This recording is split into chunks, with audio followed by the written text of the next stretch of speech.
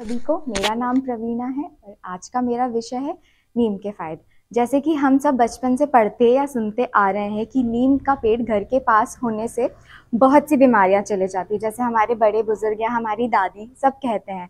सिर्फ हम इस बात से अंदाज़ा लगा सकते हैं कि नीम का पेड़ अगर घर के पास है, उससे बीमारियां घर पर नहीं आती हैं। तो नीम की टहनियाँ, नीम के पत्ते कितने फ़ायदेमंद होंगे हमारे लिए। हम सभी ये भी जानते हैं कि नीम की पत्ती से अगर स्नान करें तो त्वचा रोग नहीं आता है। और हम नीम की पत्तियों का आयुर्वेद में भी बहुत महत्व है। आज हम BA MS की पढ़ाई करते आ रहे हैं। आज हमारी पुस्तकों में ये जिक्र किया जाता है आयुर्वेद के बारे में, पर हमारे जो वेद ऋषि हैं उन सभी ने हमारे वेदों में पहले ही इस चीज़ का जिक्र किया है और नीम का बहुत महत्व है हमारे वेदों में भी। ये रामायण काल से भी नीम का चलते आ रहा है। जैसे कि अब अगर कभी हमारी मम्मी खाना भी बना रही होती हैं, अगर जल जाता है तो पहले यही हल्दी या तो फिर नीम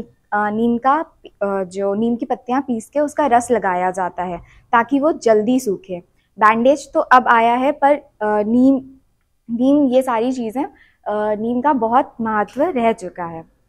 और जैसे कि नीम का दतून, हम सब भी जानते हैं कि दतून पहले के लोग इस्तेमाल किया करते थे और उनके दांत बहुत अच्छे हुआ भी करते थे और उनके जो स्वाद से बैड स्मेल की जो चीज़ें होती थी वो नहीं होती थी। पर अब हमारे पास दांत का पीलापन, स्वाद से दुर्गंध आना और मसूड़ों से खून निकलना और दांत जल्दी निकल जाना सबके, ये सारी समस्याएं। जैसे कि नीम का दतून सबसे महत्व सारे दतूनों में सबसे ज़्यादा महत्व नीम के दतून का होता है। नीम के दतून में एक ऐसा तत्व पाया जाता है निम्बिन नाम का, जो कि हमारे मसूड़ों को भी मजबूत करता है, जो हमारे स्वास्थ्य से दुर्गंध होने की समस्याएं होती हैं उससे भी ठीक करता है और दांतों को भी मजबूत रखता है। और इससे जो गर्भ अवस्था में महिलाएं होती हैं, उनके जो पेट में शिशु होता है उसकी जो पेट में बीमारियां होती है वो शिशु को बीमारियों से भी बचाता है।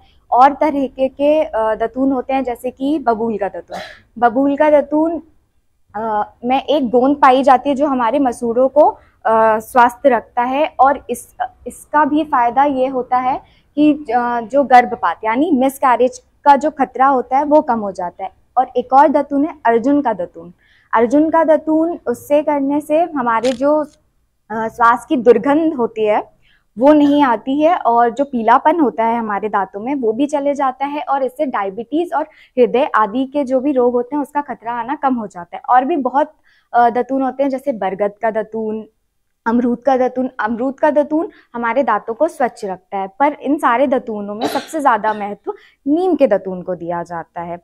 नीम कुष्ठ रोग के उसमें भी काम आता है। अब कुष्ठ रोग की बात आई गई है तो हम सब ये भी जान लेते हैं 30 जनवरी यानी कल कुष्ठ रोग दिवस मनाया जाता है, जिसे वर्ल्ड लेप्रोसी डे भी कहा जाता है।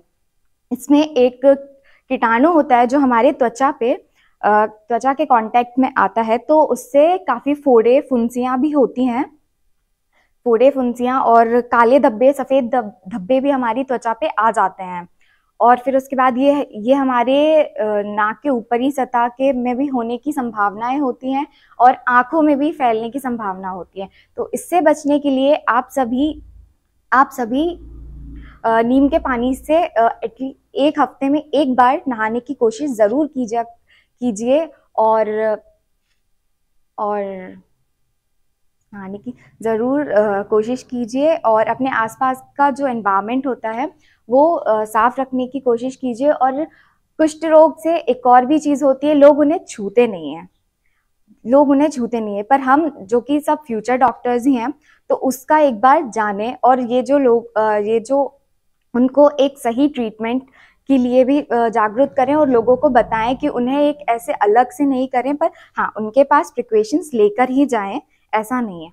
और जैसे कि हमारी कोचिंग में कुष्ठ रोग दिवस पे बनाया जाता है तो सारे बच्चे नीम की पत्तियां भी लाते हैं और अपने जो कक्षा होती है उसमें इस बारे में भी बताया जाता है। तो आप सभी कल नीम की पत्तियां भी लाएं और जो हॉस्टल में रहते हैं वो अगर नहीं ला पा रहे हैं तो जो बच्चे यहाँ नीम की पत्तियां लाएंगे उन्हें यहीं से नीम की पत्ती दी जाएगी। और नीम के पानी से नहाने का एक और भी महत्व होता है कि आपको जो मच्छर काटते हैं वो भी कम काटेंगे, और जो हमारे घर में मच्छर आते भी हैं नीम का अगर धुआं करते हैं तो वो भाग जाते हैं। और नीम का धुआं हमारे स्वास्थ्य के लिए भी अच्छा होता है, जो कि आजकल जो ऑल आउट कॉइल वगैरह होते हैं जो कि हमारे स्वास्थ्य के लिए अच्छे नहीं होते हैं। धन्यवाद। अगर कोई गलती हुई हो तो क्षमा कीजिएगा।